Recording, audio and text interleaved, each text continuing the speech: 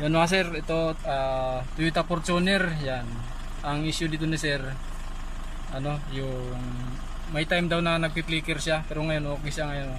Lalo pag malamig sir, no, nagpi-flicker. Pag bagong andar yung sasakyan, nagpi-flicker daw siya.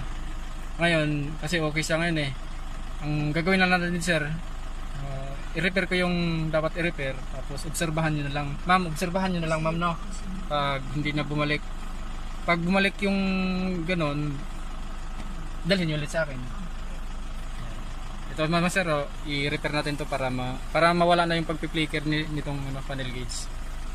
Observe na lang din nila ni ma'am after ko ma-repair.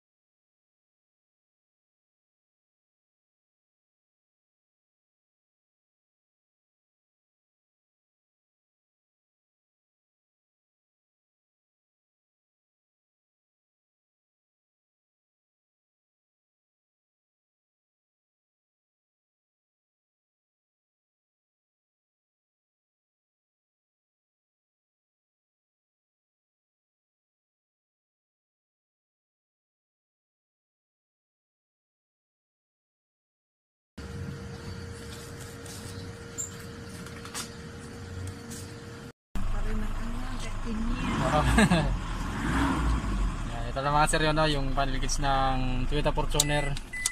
Yan, nagana pa rin naman siya. Gumana siya kanina pagdating nila. Maayos naman siya pagdating.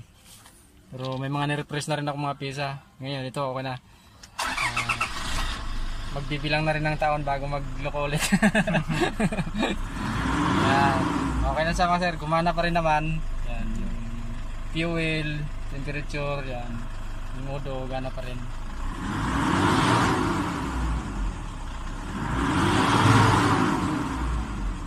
Okay na mga sir.